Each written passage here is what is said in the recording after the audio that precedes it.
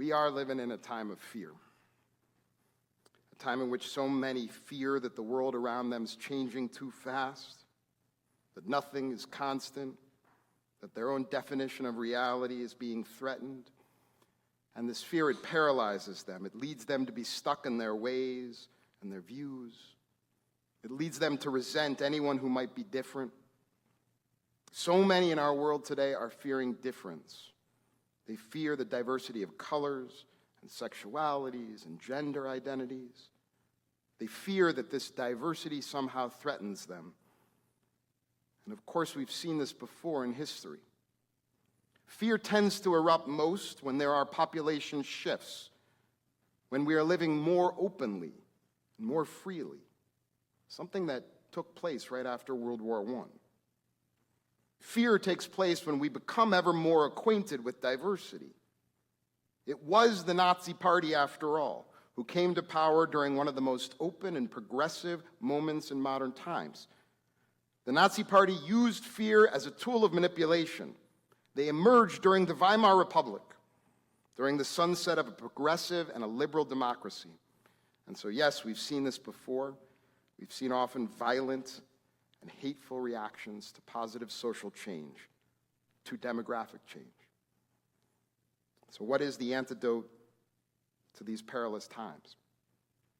What's the solution to this moment in our history when hate and intolerance seem to be at high levels? Well, we know it's not silence. It's not standing by. We need to stand up. We need to speak out.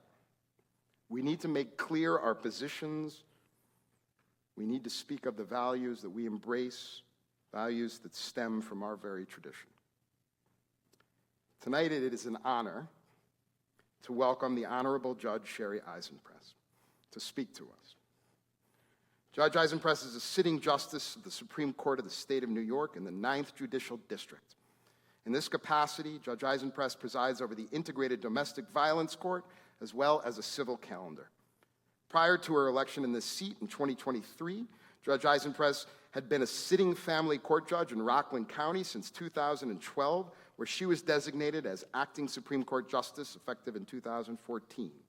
Since that time, Judge Eisenpress has presided over the Rockland County Integrated Domestic Violence Court.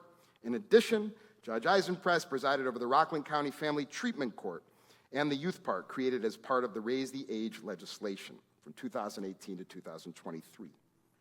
Prior to taking the bench, Judge Eisenpress spent more than 20 years as a practicing attorney. Her experience includes a federal judicial clerkship, work as a litigator at 2 major multinational law firms, an adjunct professorship at NYU Law School, New York Law School. She's an experienced practitioner on both the state and federal levels, both in trial and appellate courts. And in addition to her legal background, Judge Eisenpress's commitment to work with youth and families in need is evident through her work with the New York Youth at Risk, now called Unlocking Futures, Explore Charter Schools, and her extensive involvement in juvenile issues and initiatives in Rockland County and New York State. Judge Eisenpress is a member of the New York State Court Equal Access to Justice Committee, and she is the chairperson of the Board of Directors of the Phyllis B. Frank Rockland County Pride Center. And before I have her come up here, I also want to welcome her wife, who's here with her today, and Phyllis Frank, who's up here as well. We are honored to have all of you with us, and Judge Eisenpress. Thank you, Rabbi, for that introduction. Good evening, good Shabbos, and happy Pride to everyone. I want to welcome all of you who are joining us for tonight's service. It's an honor for me to be here with you all tonight. Now, the Rabbi gave you some of my background, but I want to emphasize, I'm not just a judge. I'm a 62-year-old gay Jewish female judge sitting in the Supreme Court of the State of New York, and I am also the current chairperson of the Phyllis B. Frank Rockland County Pride Center, and on the executive board of the Jewish Lawyers Association, known as JBLS, and on the court's Equal Access to Justice committees. Not a popular combination for some people. I'm also a news junkie. I started reading the newspaper at 6 years old, my mother tells me, and I was my elementary school current events champion. But I also did music and played sports. I had friends. I wasn't a complete nerd. And in my younger years, I used to watch the news every evening, switching between CNN, MSNBC, and Fox to get a broad perspective, and then listen to NPR, BBC, and PBS for the more intellectual discussion of the issues. Combined with regular reading of the New York Times, the Wall Street Journal, the New York Law Journal, the Washington Post, and the Atlantic, suffice it to say, I consider myself a pretty well-informed citizen. But in these last few years, I have stopped watching the news. I still read and occasionally listen, but even that is at times challenging. And you've all seen it. From the river to the sea, now a popular chant on college campuses. The anti-gay, anti-trans, anti-Semitic, and racist vitriol that appears on some of our delightful social media pages. I'm sure you've all seen some of that. Or perhaps you've attended a couple of local school board meetings right here in Clarkstown, where I was disgusted and saddened to hear parents with their children in the room call hardworking, unpaid school board trustees child predators because they voted to make their schools a safe place for trans children. More than any other time in my life that I can remember, it is okay to bash, verbally or otherwise, Jews, Muslims, trans people, gay people, women, people of color. Given some of the things we've seen on the campaign trail, some folks even think it's now okay to spew hate and bully disabled people. And who needs losers like John McCain, who, although I disagreed with him politically on many issues, deserves the respect he earned being held prisoner of war on behalf of this country. So knowing what is going on in this country and around the world, I am always surprised by the question, which I get often, why do you even need LGBTQ pride? Maybe we should have straight pride. Well, history tells us why. And this is sort of following up on the theme that Rabbi Likens was talking about. In or around 1929, paragraph 175 of the German Penal Code was passed and, in combination with some of the earlier passed laws, criminalized homosexuality. 6 years later, the Nuremberg race laws formed the cornerstone of Nazi racial policy. Their introduction in 1935 heralded a new wave of anti-Semitic legislation that brought about immediate and concrete segregation. German judges could not cite commentary or opinions by Jewish authors. Jewish officers were expelled by the army, and Jewish university students were not allowed to sit for their doctoral exams. Now, replace the word Jew with LGBTQ+. Expelled from the armed forces until recently, with a move now being made to go backwards. Books banned with LGBTQ content or by LGBTQ authors.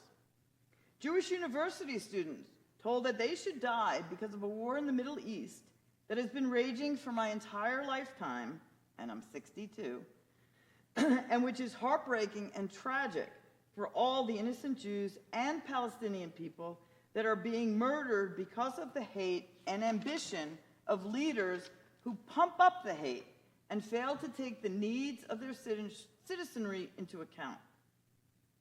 In 1937 and 38, Jews were required by law to register their property, and they were prevented from earning a living. Jewish doctors could not treat non-Jews, and Jewish lawyers had their license to practice law revoked.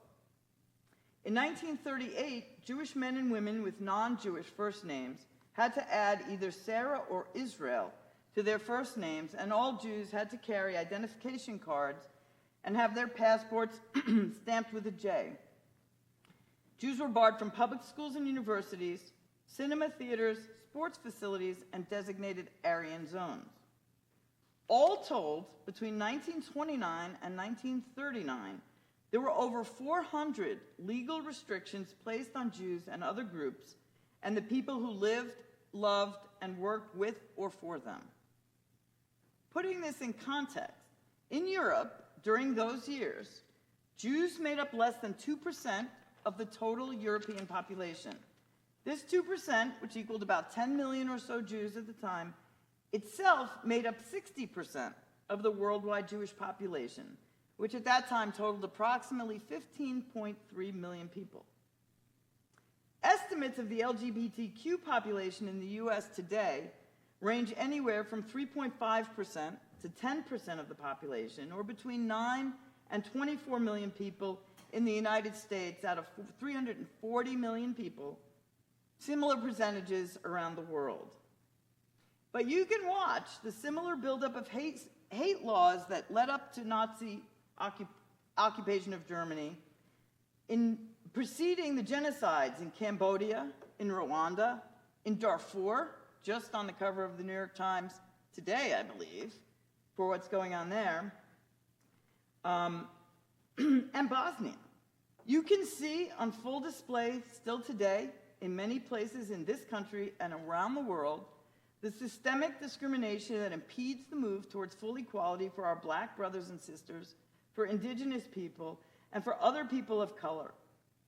And even though those laws do not ostensibly directly impact me, I understand the need for a Juneteenth holiday, or for a Martin Luther King Day, or a Puerto Rican Day parade. So people say, you're not black or Latino, you're not Muslim, you're not trans, why do you care? First, I care because I'm a human being that believes that every person is entitled to equal treatment, equal rights, and equal justice under the law. I care because I am a Jew, and Jewish teachings and values tell me to care. I also care because in the end, as we all know, they do, the laws that target any one group can be, and usually are, then used to target others. And society suffers in ways large and small, both psychically, reputationally, and economically, when hate is codified in our laws. It's a strategy of control, the creation of the other, the ramping up of rhetoric to divide the other from the rest, to make the other the scapegoat to distract from the naked grab for money, power, or control. Instilling fear, as the rabbi said, of the other, based on false or highly exaggerated stereotypes. Then laws are passed, less harsh laws at first, with progressively more harsh and restrictive laws to follow. First aimed at one group, and then slowly being applied to all the others. Slowly but surely indoctrinating folks on the badness of the others. Judges in Germany who would do the bidding of those in power kept their jobs, while non-collaborators were removed, targeted, punished, or worse. But what about the good people who oppose these laws? Well, let's ban books that may educate those people about the truth.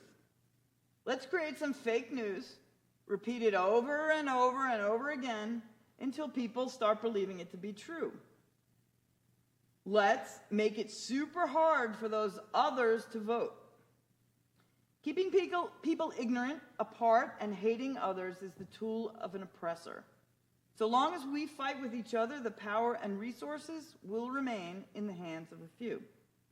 Remember, the Nazis killed 6 million Jews, but they also targeted and murdered Romas, asocials, black people, disabled people, Freemasons, gay people, Jehovah's Witnesses, Poles, Slavic POWs, political opponents, and trade unionists. In the last several years in the United States, over 540 anti-LGBTQ bills have been introduced in state legislatures throughout the U.S. 45 laws were passed in the U.S. in 2023 alone. And just as an aside, as to the 10 Commandments, I saw a really funny meme this afternoon. Someone said, yeah, let's post the 10 Commandments, and they posted it on their Facebook page in Hebrew. So that's good. I'm sure that was not exactly what Roy Moore had in mind. Okay. Over 220 of the laws passed, and I'm talking about just the U.S., because in other places like Uganda or places like that, you just get killed. So I'm talking about in the United States, the laws passed here, 220 of those laws specifically target transgender and non-binary folks. Some preventing doctors from treating their patients and requiring teachers and neighbors to become snitches and empowering the state to take trans kids away from their parents. Starting to sound familiar? So I submit to you, in this current climate of hate, as a student of history, we must stand up and demand that these, quote, these new Nuremberg-era laws be repealed. And in no uncertain terms, we must stand up and say no. Pride celebrations are one way of doing that. And if you've ever been to one, they're pretty fun, too, I gotta say. To say, like Jews, like people of color, like indigenous people, we are not going anywhere. We've been here forever, and we're gonna be here forevermore. And we are not going to sit idly by while our gay and trans brothers and sisters, many of whom are also Jews, are discriminated against. Now, I'm going to end this on a positive note because despite this entire talk, which was not positive, I am actually an eternal optimist. And I am heartened by the fact that services like this are going on all over Rockland County tonight, by more and more expressions of solidarity and support by people who understand the dangers, by the incredible work being done every day by lawyers, judges, nonprofit leaders, religious leaders, our fabulous Pride Center, and our many political allies. I do believe in my core that the moral arc of the universe bends towards justice.